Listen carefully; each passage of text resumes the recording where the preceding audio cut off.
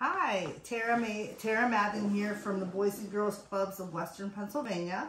I am going to show you today how to, in the Children's Imaginarium sculpture series, how to make an origami bookmark, corner bookmark.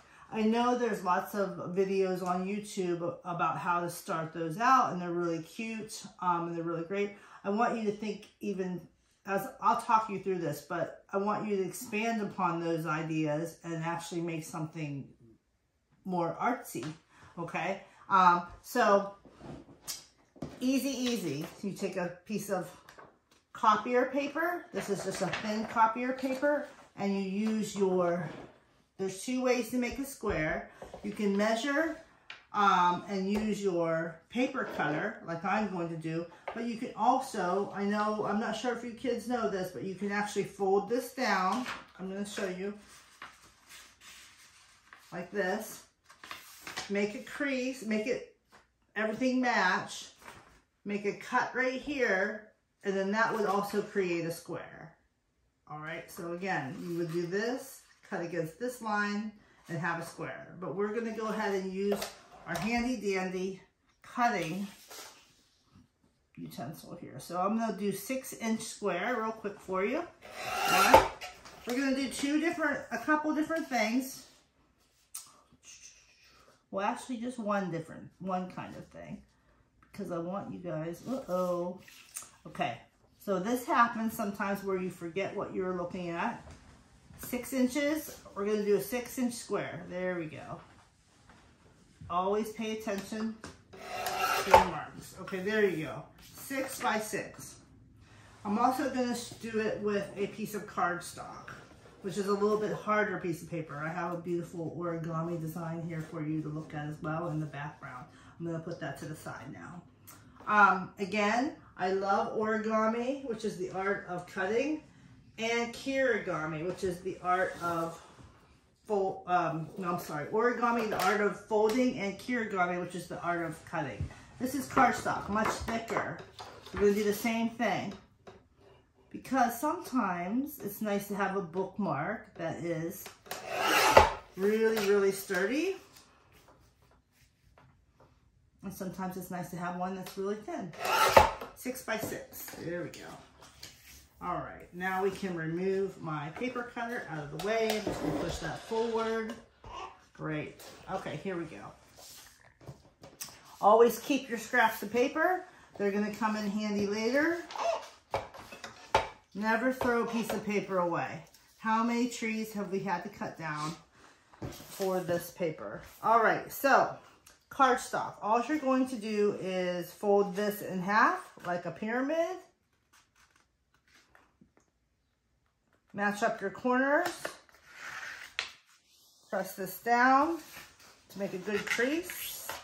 Remember, I like to use a spoon, so I'm going to use my spoon to make a good crease. I'm going to do the same thing with this white. We're going to do these simultaneously. Crease. All right, if I can remember right. We're going to do another one the other way. So you make really a cross. Okay, we're just going to show you how to do one bookmark today, and then we'll make more later.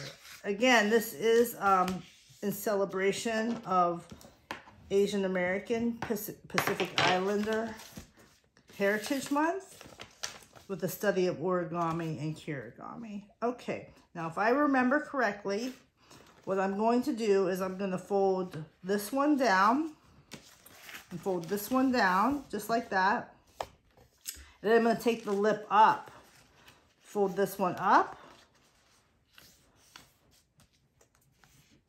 fold this one up. Again, we're making two at the same time. Sometimes it's fun to challenge ourselves like this.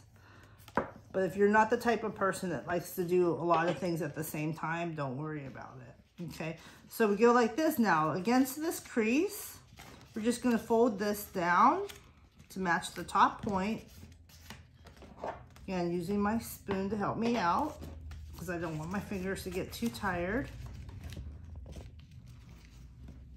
I'm going to be doing this with several hundreds of children tomorrow at a celebration, a festival of books. So this is good practice for me. Okay, here we go. Do the same thing on the other one. The only difference between the two things that we're making is that one is with copier paper and the other is with cardstock. Okay, now this is super fun. You're just gonna pick this up right here and you're just gonna tuck these in. Nice and tight. And I'm gonna do the same thing with the other side. Tuck this in and I'll show you. There we go. Tuck in, tuck in. Take this one, tuck it in, tuck it in. It's harder because it's cardstock. Yes, it's a little harder when you do cardstock, but not everything has to be exact. A lot of the people think that origami and folding, it has to be super, super exact. It does at times, but you can actually model paper just like we model clay. You can actually change it and make it softer and more, it's not as rigid all the time, okay? So this is one of those cases. I tucked in and it has like a rounded look to it, and that's fine too. This is the corner. This is the foundation right here for your bookmark. Boom and boom. We just made corner bookmarks, basic, but I'm gonna show you how to take it to the next level. So here I have a couple of books. This is a hardback book about the Peloponnesian War. Okay, this is The Girl with the Dragon Tattoo. Both of these are not really kid books, but I just wanted to show you an example of how this works. So this is a hardback book. So I think for a hardback book, we should use a cardstock. We should use a cardstock bookmarker because it's heavier. So if I was reading this book and wanted to stop, I could take this harder one and I could just put it right on the corner, just like that. See? Yeah. And then boom, I have a bookmark. Okay? If I was going to use this one, I can use this one too on the hard one, but it's just a little bit softer paper, that's all. So I can put that in, and I would be afraid that maybe, you know, that one could get banged up, because again, this is a hardback book with good stiff, good pages, got some weight to it. All right. Now, if I was doing a paperback book, a lot of kids, people, especially if they own the book, will do this dog-eared thing. So this is kind of like the same thing, right? But it's not ruining your actual book. When you dog-ear a page, you can ruin your book. So I'm going to take this cardstock one, paper one, just put it right on the edge, just like that. Boom. Nice. And it actually feels like it's soft, like you can do this with that in there. You can't do that with a cardstock one, okay? So, that is the reason we made these. That's the foundation, but here's the embellishment part. Embellishment means a little added something special, okay? Which is not hard at all. You could take a piece of, let's not waste paper. I'm gonna take my little square piece of white paper that I cut away to make a square, and I'm gonna see if that's gonna work for me. Good. And all I'm gonna do is take this, maybe, I'm just gonna do this because I'm an artist. And all I'm gonna do is go like this. Check it out, guys. This is how artists roll, right? I'm gonna crease it. I'm gonna I'm gonna use my pen, and I'm gonna draw a heart. I'm just gonna do a boom, boom, okay? And then I'm gonna take my scissors, which I didn't bring. I knew I was forgetting something. Yeah. Oh, they're right here, okay? I knew I would forget something. Okay, so you take your scissors and you just go right around that heart. Boom, boom, boom. Just like that. And voila, you have a heart, okay? You can make bow ties. Bow ties are fun when you just take a paper. Check this out. This is how you make a bow tie. Super easy. And there's videos on this too. So you like this with a strip of paper. You stick this together. You could either glue overlap or tape it shut. And you make this, which is just like a little thing. And then fold this in half like this. super easy. Take your scissors again. Cut out a section on both top and bottom.